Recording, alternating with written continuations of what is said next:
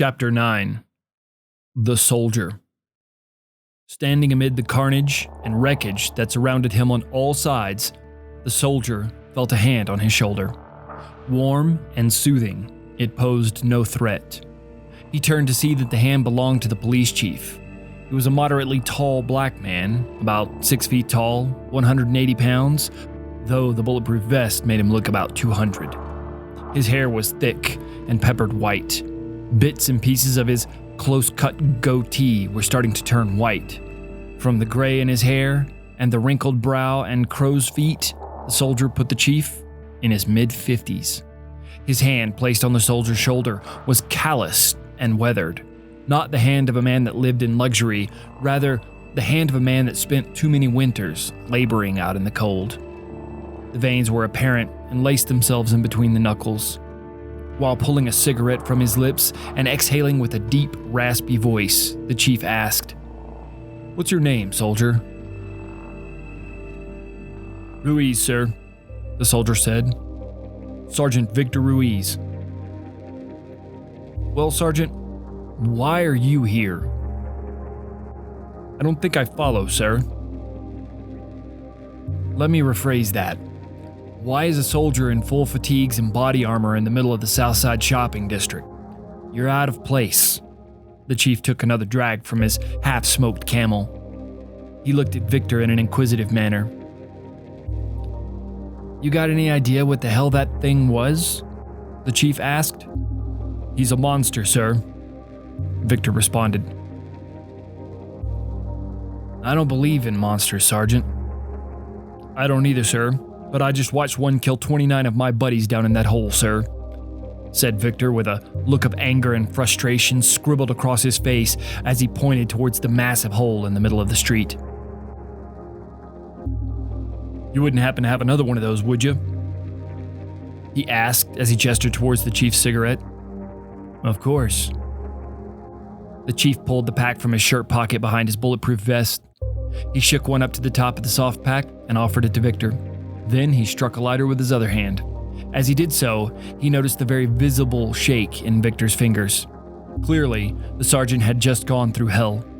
Even though it wasn't in the chief's personal nature to pry, it was part of the job, and considering the circumstances, his job ruled out whatever he wanted. "What's down in that hole, Sergeant?" "I'm afraid that information is classified," snapped the voice from behind the chief. The chief turned to see a sharply dressed soldier walking towards him. He wasn't for sure, but the 2 stars on his shoulder told the chief that things were about to get very interesting. Victor snapped to attention, swiftly flicked his cigarette, and fired off a crisp salute. "General," said Victor. "At ease, Sergeant. You won't be answering any more questions. The colonel over there will be debriefing you and taking your statement." "Yes, sir," said Victor as he snapped back to attention and saluted again. He nodded to the chief, and the chief did the same thing in return. With that, he headed towards the colonel, leaving the general and the chief behind. "Chief, I'm going to need you to clear your people out of here. This area is under the jurisdiction of the U.S. government by order of the Pentagon," said the general. The chief took a second to survey the scene. He saw the massive flood of military personnel that arrived. They filtered into the streets like ants pouring out of an anthill that just got kicked. Every single one of his men was having a similar conversation with someone in a military uniform. There was no way this was going to stay a police investigation or a standard crime scene, and he knew it.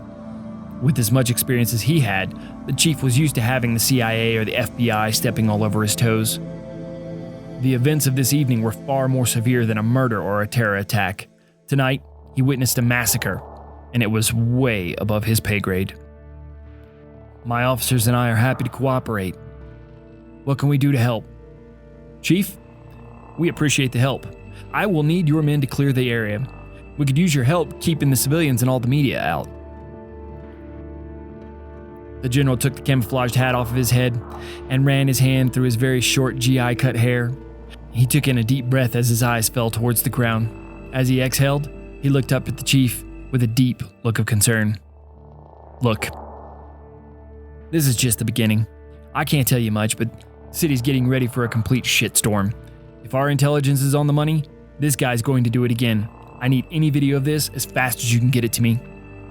We've got to get to this guy before he flips out again," stressed the general. "We're going to be here for a while." "Should I be worried about these people's safety?" the chief questioned. "We have no real way of knowing what he is capable of, or where he'll pop up next. We're just going to have to stop him before he gets a chance to do this again," said the general. "Now, if you'll excuse me." The general nodded to the chief and briskly walked past him. Walking away, he began barking orders to other military personnel.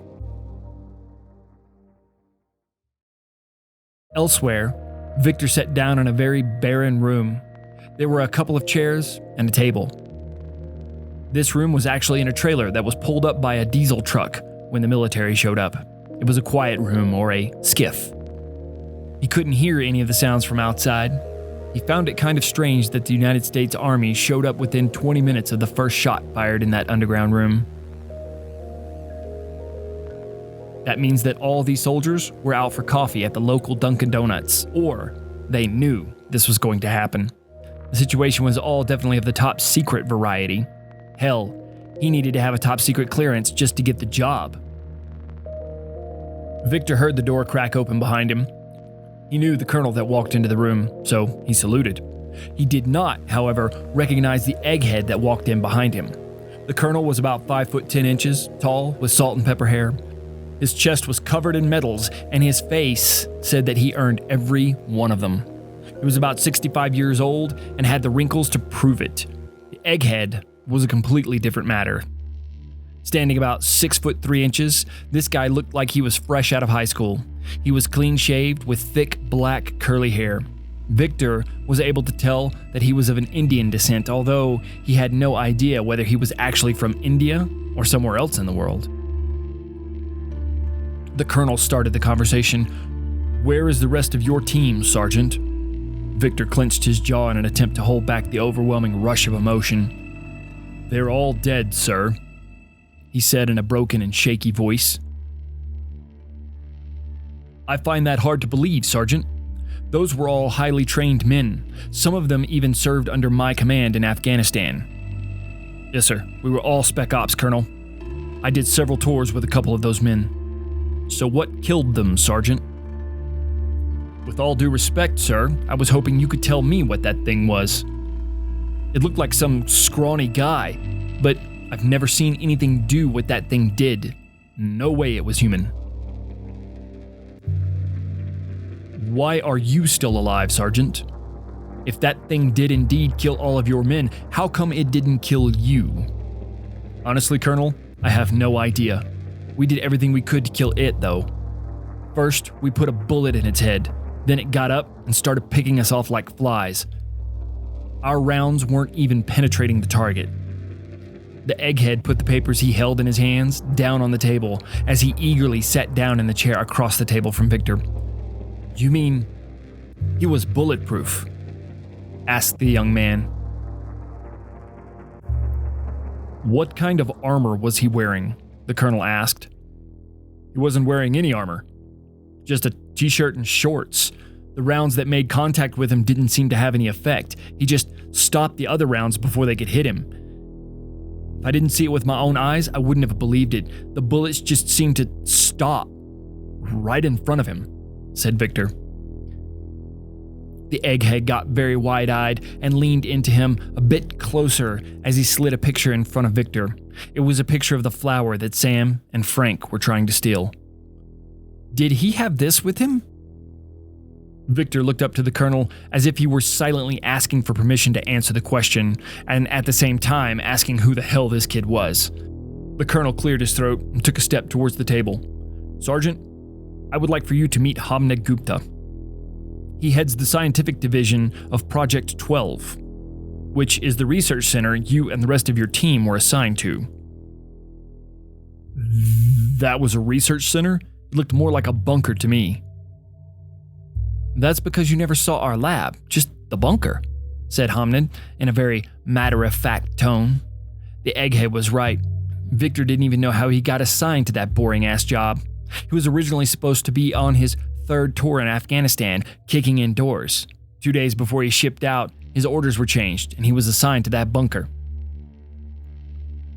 Every day he would show up, swipe a security card that would open an elevator. Once inside the elevator, he would swipe his card again and that elevator would take him to the bunker. Every day his job was to sit in that bunker with his other teammates in full gear and wait. It was the most boring assignment he had ever had. For months he sat in that bunker with those guys. They would play cards and talk about what the hell they thought they were there for. He had never even seen what was on the other side of that black door until tonight, and now he wished he had never known. Yeah, he had this in his hand when we shot him the first time, Victor said, but when he got back up, he left it on the floor. Hamned quickly looked up at the colonel and jumped to his feet. That means it's still there. I need to get my team down there immediately, Colonel. Once again, the colonel nodded and took a step back to clear the way for Hamned to exit. He quickly gathered his papers and the picture in front of Victor and walked out of the soundproof room. As the door clicked shut behind him, Victor turned his attention back to the colonel, who was taking a seat at the table. Sergeant, we've got to take this guy out before any more civilians get hurt. We assigned you to that post because of your outstanding record. I know you just lost a lot of buddies down in that hole.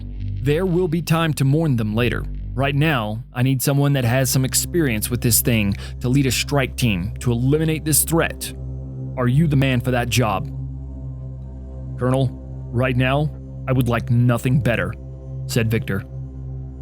Well, you're gonna get your chance. We'll see to it you get time for shut-eye while we gather intel. You'll meet with your new team in the morning, and then we'll hit this bastard hard, proclaimed the colonel. Thank you, sir.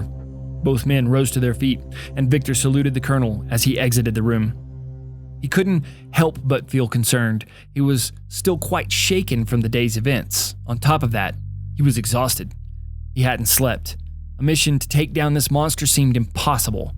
The strangest part of it all was that the violence that he had witnessed was not what was weighing heaviest on his mind. It was the way the monster was able to push thoughts into his head. He couldn't seem to get the vision of its burning white eyes out of his mind. Why did it leave him alive when it didn't hesitate to kill everyone else? The truth of the matter was, he may never know. One thing was for certain though. Tomorrow, he was going to have to face him again. He had never been so scared while thinking about a mission before. What was he going to be able to do against something that could stop bullets in midair and run up walls? How do you stop something that can throw full-sized cars like toys? How do you kill the thing that chose not to kill you? There was only one answer. Bigger guns, better strategy. The next morning, Victor woke up from a deep sleep in his hotel room. It was probably the best sleep he had ever gotten. Shockingly, the experience from the prior evening had not kept him awake at all. Almost as soon as his head hit the cheaply made pillow, his dreams were that of his family, amazing visions of romantic times with his wife, and time spent playing with his children in the backyard of the house they had always wanted, but never had the financial means to buy. There were no visions of violence, no feelings of fear, just calm, peaceful sleep. Victor woke 20 minutes before his alarm, which was highly unusual for him. He had trained his body through the many years in the field to get every last drop of sleep he could because he never knew when he was going to get it again. As was normal for his morning routine, he went straight into the shower. He found it to be the quickest way to wash away the grogginess after a crappy night of sleep. But this morning, it was simply to clean up. Before he even got into the shower, he turned on the TV and changed the channel to the local news. Listening to the local weatherman yammer on about how they thought the weather was going to be was somewhat of a morning pastime for him. Of course, they never got it right, and that was part of the entertainment of it. It also served as background noise to keep him out of his thoughts. It was a simple way to keep his mind clear of distractions and worries before missions. Victor showered swiftly. Then he turned off the piping hot water. As he got out and wrapped the towel around his waist, he shoved a toothbrush into his mouth and exited the bathroom. He could hear the elevated and concerned voices of the newscasters talking about some horrific tragedy. He darted his eyes over to the TV, only to get a harsh reminder of last night's events. There, on the screen, was a shaky cell phone video of the monster he had encountered only hours before. The media chose the perfect horrifying clip of Sam throwing cars at the firing police. The debate that was raging from one so-called expert to another was that if it was real or doctored footage. However, the consensus was that something horrible was going on, and the media were not allowed within 10 blocks of the area. A massive chunk of downtown had been cut off from the public. Entire buildings were closed and evacuated. A no-fly zone had been established around the city to keep the media helicopters away from the area. The military officially had no comment, and the police were citing problems with local gas lines, hoping to ease the public. In a brief press conference, the chief of police stated the problem would be resolved quickly and that the closed part of the city would be reopened as soon as possible for business as usual. Reporters on the street were stopping people and getting reactions from those people. No one was buying it. Victor picked up the remote and started flipping through the channels as he ran his toothbrush back and forth across his teeth. Every channel was the same. One station after another was broadcasting with titles like Madman on the Loose and A City in Chaos. Speculation was running wild.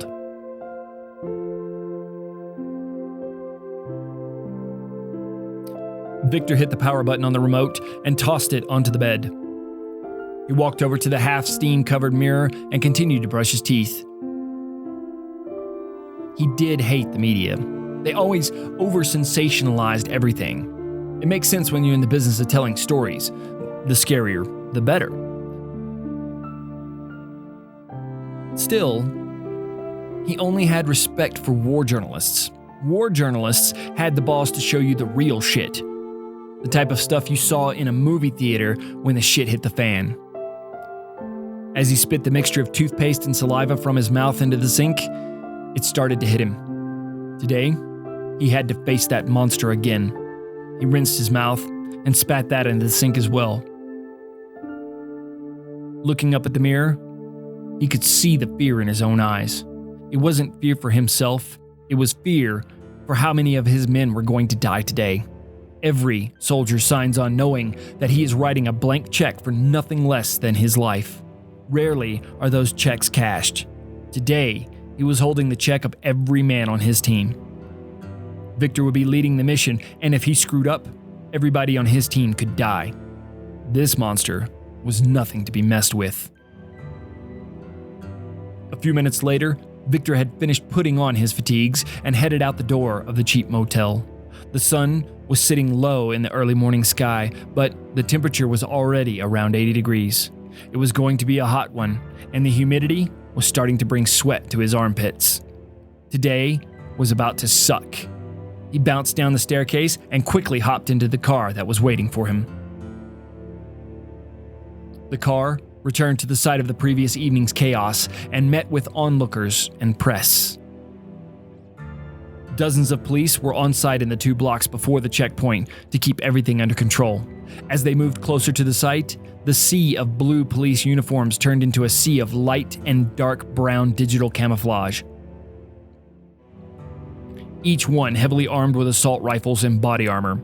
Victor had seen several lockdown situations, and this is what they looked like. No one in and no one out without the proper credentials. The car was stopped 3 times before they made it all the way to the booth. The car was stopped 3 times before they made it all the way in, and both the driver and Victor were asked to produce identification. After 10 minutes of driving and checkpoints, Victor was finally standing where he and Sam resurfaced onto the street the night before, although he wasn't able to see the hole anymore. It had several very tall makeshift walls erected around it. The debris was still there, the broken pieces of concrete and asphalt scattered across the ground. Among them were hundreds of bullet casings. People in civilian attire were taking photos and marking them. It seemed like a mundane task that could take all day, because there were so many. One of the civilian workers put down a tag next to a cluster of bullets that said 342. Victor raised his eyebrows in disbelief. He had seen this madness with his own eyes, but the truth was, his adrenaline and the urgency of all the evening's actions blurred the details. There was a call from behind him. "Sergeant, we're ready for you." A solid look of resolution came across his face. It was time to go to work. All of his emotions and fear needed pushing away. There was no room for a scared little boy in the room full of men he was about to enter. The room was indeed full of men. 18 of them. Some he knew, others he didn't, but there was no doubt about it. This room was full of real men. Each one was Spec Ops. Each one had the look of war deep in his eyes. Every single man in there had seen action in the past 2 years, and some had prevented other wars from happening. No doubt about it, each one of them was a professional killer. They had all gotten to see the remains of the battlefield outside that room. They had all watched the horrific footage of it taking place. Victor stepped up to the front of the room and began to recount the events of the evening in detail to the room full of soldiers. Though none of them spoke, he could see the looks of concern on their faces as he told them about the soldiers that had died in the room below the city. Occasionally, one soldier would shoot a glance to the other in complete disbelief. A glance that said, "This guy's full of shit." Victor saw it. He expected it. After all, what he was telling them sounded far-fetched. There was only one way to convince them of the truth. He stepped back for a moment and leaned over to whisper in the ear of the colonel, who was standing beside him. "They don't buy it. If we don't convince them of how strong this thing is, they're all going to die," he said. "What do you suggest we do, Sergeant?" "Show them the room. I assume everything is still there?" "Cleanup is tomorrow. We are still documenting everything. You seriously want to show these men this before they head out?" "They need to know," whispered Victor. The colonel paused, then looked Victor straight in the eyes for a moment. He was trying to process what Victor was saying to him. Showing a room full of dead soldiers to the next team didn't sound like too great of an idea to him, but Victor was right. These men needed to be prepared for combat against this thing. With a slight nod to Victor, the colonel turned towards the men. "On your feet, gentlemen. We're going on a field trip," the colonel barked. Moments later, all of the men stood in the dark, cavernous room below the city. There was very little light. Most of it was generated from flashlights and portable LED lights on rickety stands. There was a faint bit of light coming into the room from the hole that Sam had created. The random pop of light from a camera flash disappeared into the deep recess of the room. From where they were standing, they could see the waterfall, catching the faint glimmers of light as it forced its way across the large pool of water. The streams of blood that led into the pool of water appeared as their eyes adjusted to the light. They could see the white sheets that covered the bodies of all the dead soldiers. Dead bodies were nothing new to them. These were highly desensitized soldiers. Victor turned to the men and addressed them. "Last night, I lost 29 of my teammates down here.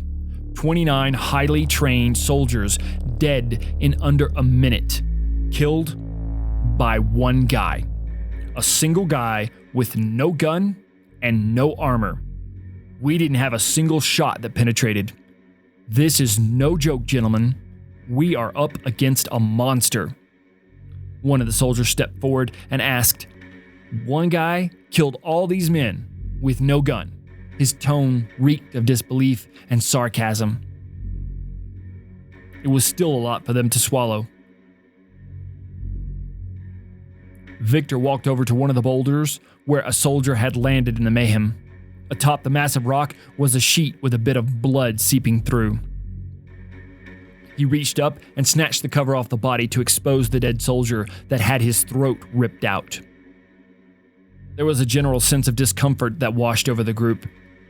Several groans and moans slipped out from the pack of men. "He didn't just kill them, gentlemen," Victor said. "He ripped them apart with his bare hands. I know that this is a tough pill to swallow, but I assure you, it's very true.